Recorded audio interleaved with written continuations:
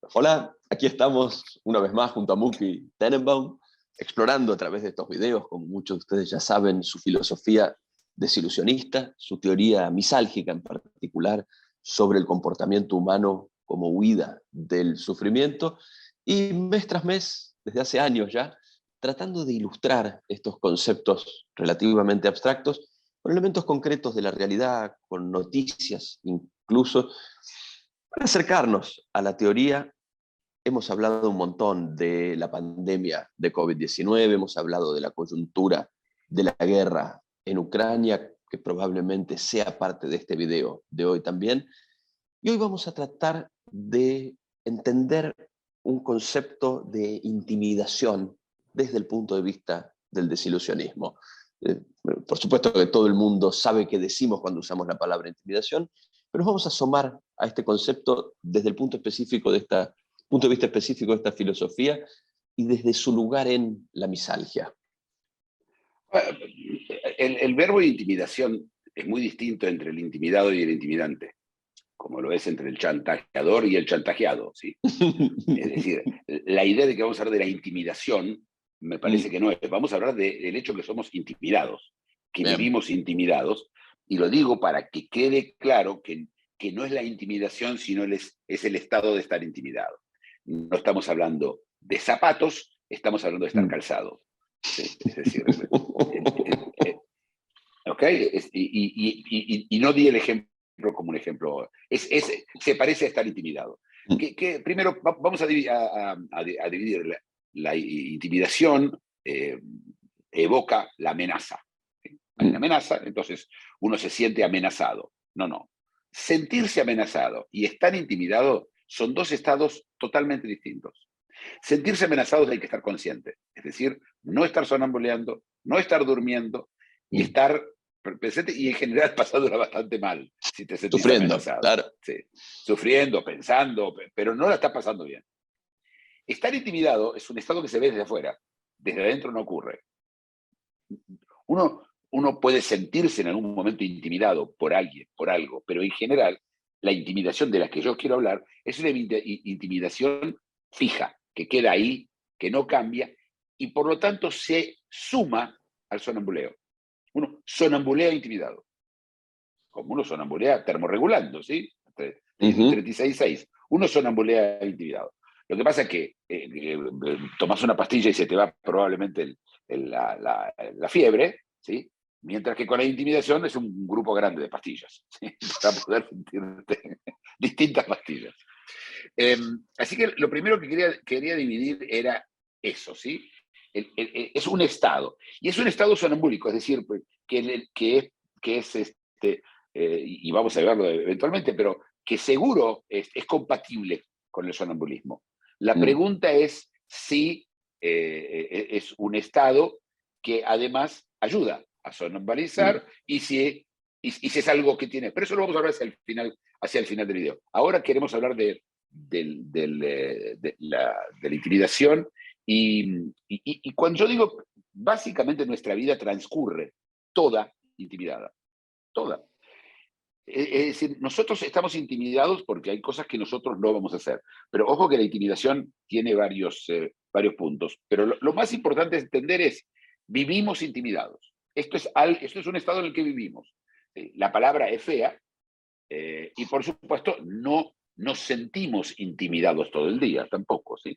Porque nos podemos distraer. Intimidación es una de las cosas que como no ocurren, uno puede no pensar en ellas y entonces no están. Mientras que la amenaza es mucho más difícil ignorarla. ¿Qué opinas de esto, Florencio?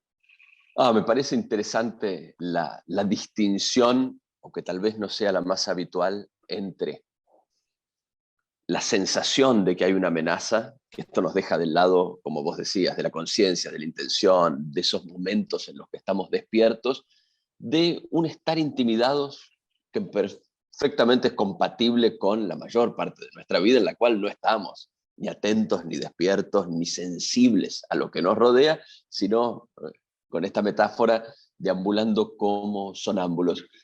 Te pregunto por un tercer término que por lo menos en filosofía práctica siempre aparece asociado a estos dos. La filosofía política está construida alrededor del concepto de amenaza. me gusta esta crítica que dice, si hubiera tantas amenazas no podríamos vivir, necesitamos sonambulear, ahí entra la intimidación. Te pregunto por un tercer término, que es el de disuasión, que suele formar una tríada con estos dos. ¿Cuál es la relación entre esta concepción de intimidación y la idea de disuasión en el pensamiento práctico? Bueno, la disuasión, lo que la disuasión quiere conseguir es que vos no hagas algo. Uh-huh. En la intimidación puede hacer que hagas algo. Primero puede haber un acto positivo, en la disuasión no. La disuasión desde ya es algo que vos estás por hacer o que el otro cree que vos estás por hacer, y entonces te disuade. Y acá hay que entender que en general cuando hay disuasión hay disuador. No es obligatorio, uno puede sentirse disuadido porque hubo un eclipse que él no esperaba y entonces decidió no entrar en ese negocio. Se sintió disuadido, pero la verdad es que está mal usada la palabra. Para que haber disuasión tiene que haber alguien que está disuadiendo, un disuador. Se nos complica Es difícil. es difícil. En inglés es más fácil pronunciar. Pero bueno, y entonces la disuasión que hay alguien tratando de disuaderme, entonces, dos cosas que son distintas. Una, no es para hacer algo, sino para no hacer algo. Y segundo, hay alguien, ¿sí?, que está interesado en disuadirte. Acá hay que tomar en cuenta que la disuasión en general se hace de distintas formas. Hay un cartel en donde dice no pisar el césped, ¿sí? Hay un intento de disuasión del otro lado, pero anónimo. Es decir, a todos los que quieren cruzar el césped. No dice, Florencio, que ya va a ver eso, ¿sí?, un cartel, no se te ocurra pisar el césped como la última vez que te hiciste el tarado. ¿Sí? Fue una cosa así. Podría salir un cartel. No, dice, no pisar el césped y terminó. Pero yo, además, me siento intimidado por el cartel. No la palabra, también disuadido, pero el estado en el que estoy es un estado de intimidación. Y es frente a carteles, y es frente a reglas éticas, y es frente a lo que se te ocurra, la intimidación. La intimidación tiene un problema y es que lo que hacen para que vos te sientas bien intimidado, te lo hacen en una ley que es para todos, que es igual, que es para todos, que todo está bien, que no solo vos estás... y la verdad es que vos no estás siendo intimidado, vos estás respetando la ley. Mira cómo te dan el pretexto para que puedas socialmente no aparecer como lo que somos, cobardes. No tenemos ninguna intención, que me parece perfecto, ojo, no hemos hablado de la cobardía.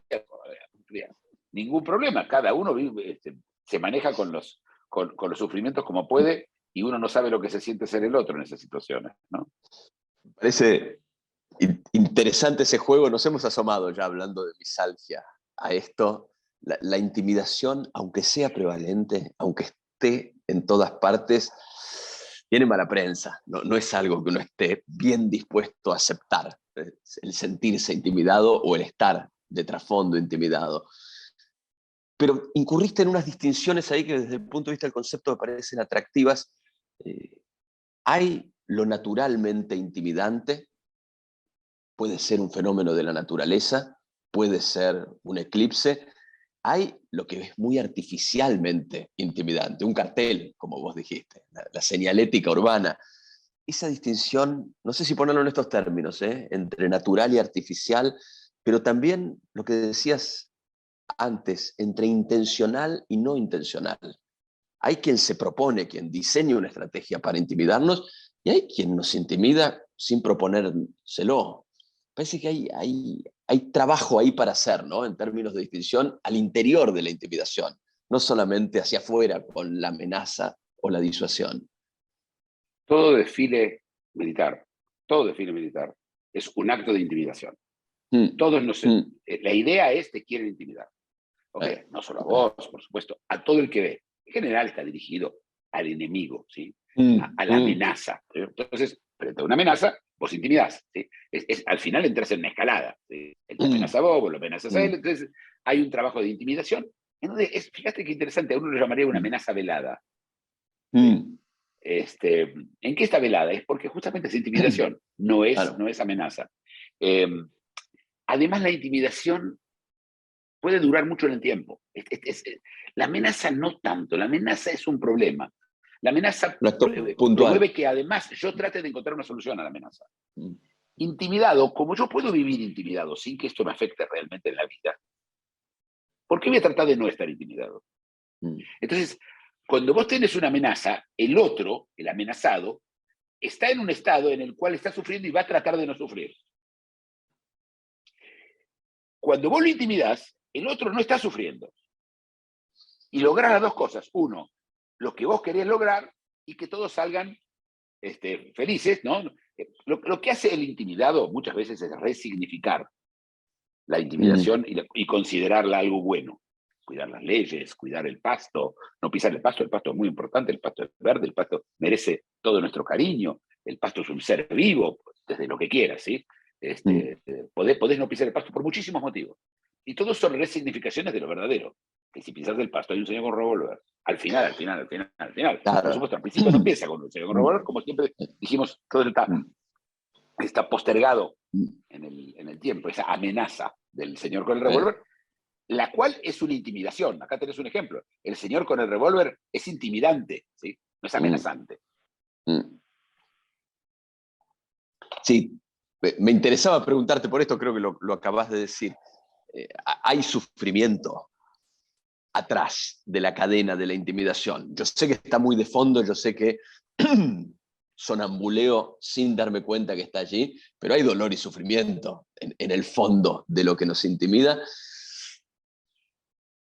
Si te querés extender sobre eso, pero igual ahora te pregunto por algo más que me llamó la atención. Dijiste que era algo bueno estar intimidado.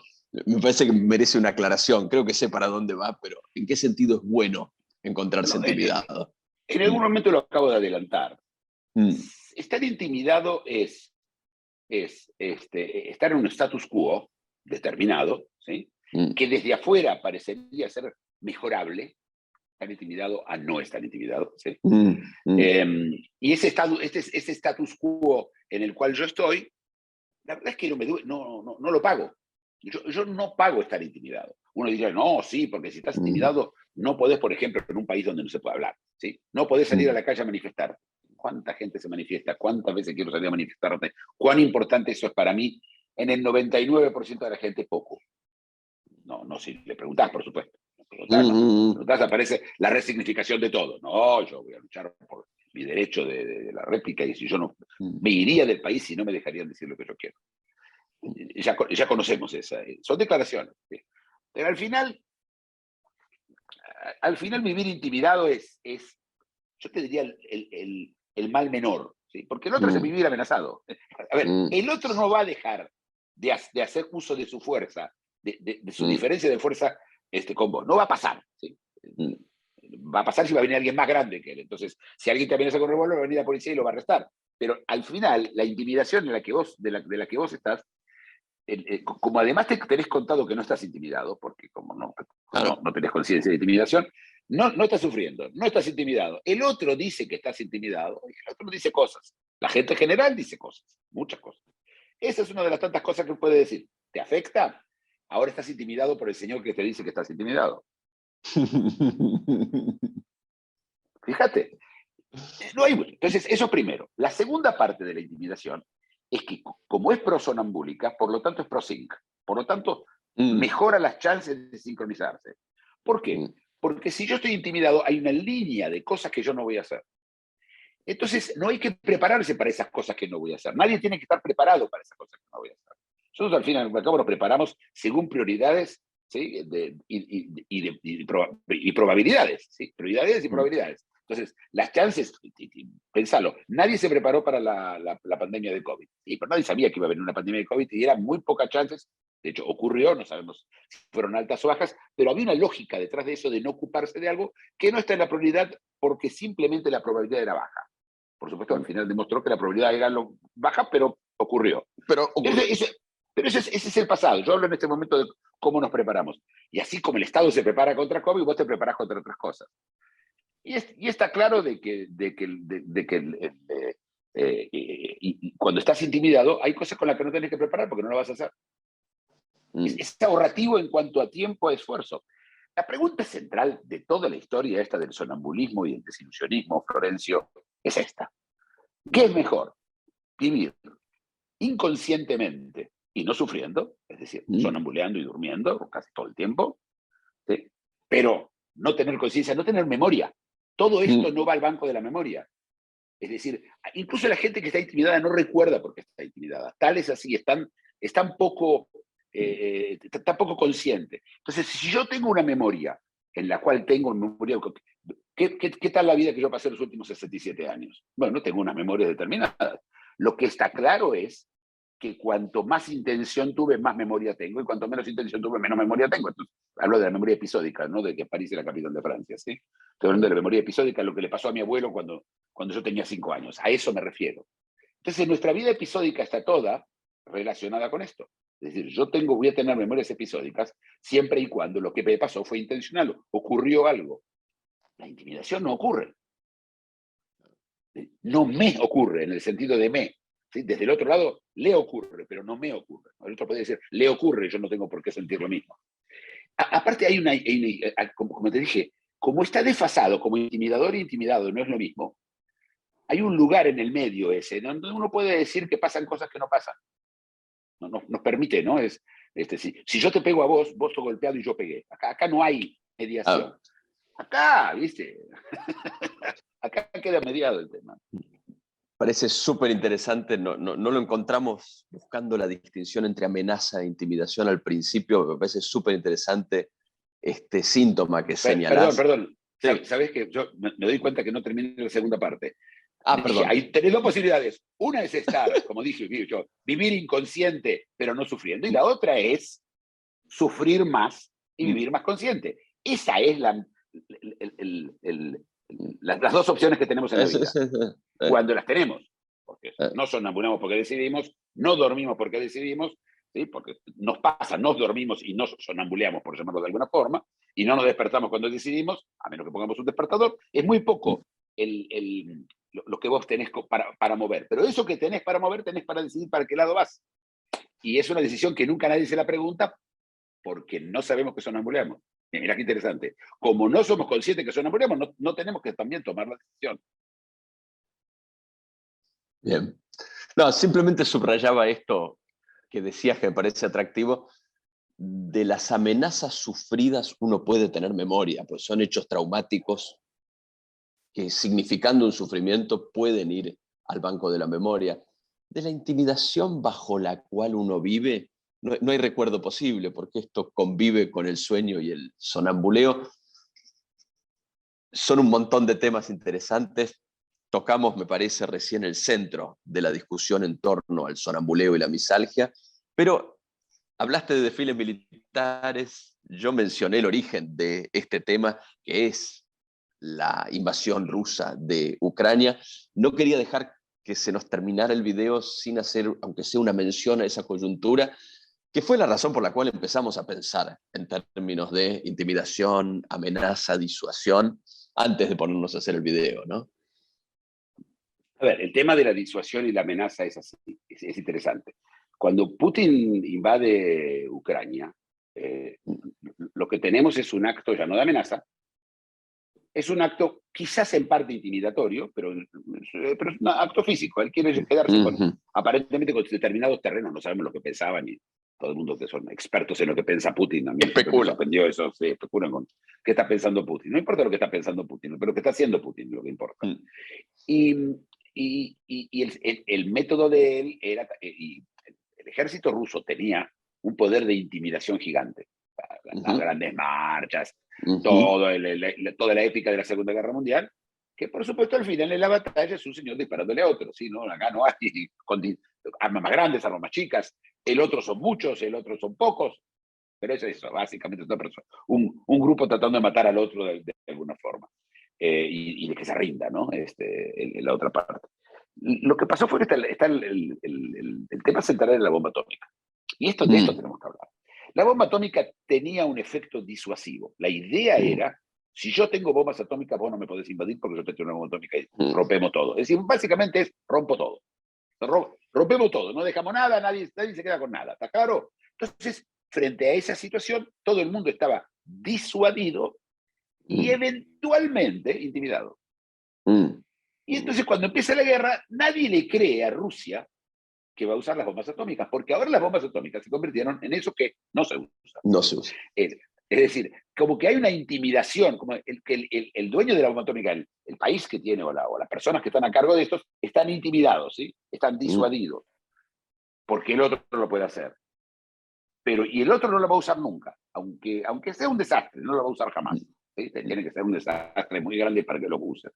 Viene Putin, se dio cuenta que no estaba funcionando y tuvo que varias veces decir, miren señores, que voy a tirar bombas atómicas. Por supuesto, tomó aviones que pasan de un lado para el otro con bombarderos atómicos, movió misiles, hizo toda clase de cosas para recordarnos a todos que hay un problema. Y por supuesto nadie le da bola, porque está todo el mundo creyendo de que no las va a usar. No se pueden usar, no las va a usar, no se usan hasta que se usen.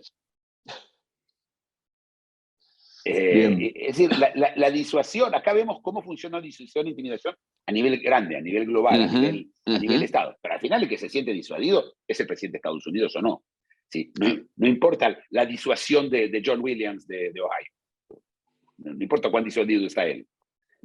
Vos querés disuadir al que tenés que disuadir. ¿Sí? Pero eso es un tema aparte. Mira, Florencio, fascinante, las cosas como son. Sí, te iba a decir. Estamos excedidos ya de tiempo, pero muy interesante. Seguiremos, volveremos sobre estos sufrimientos y otros. Gracias. Si te gustó el video, dale like y suscríbete. Síguenos en Facebook y en LinkedIn.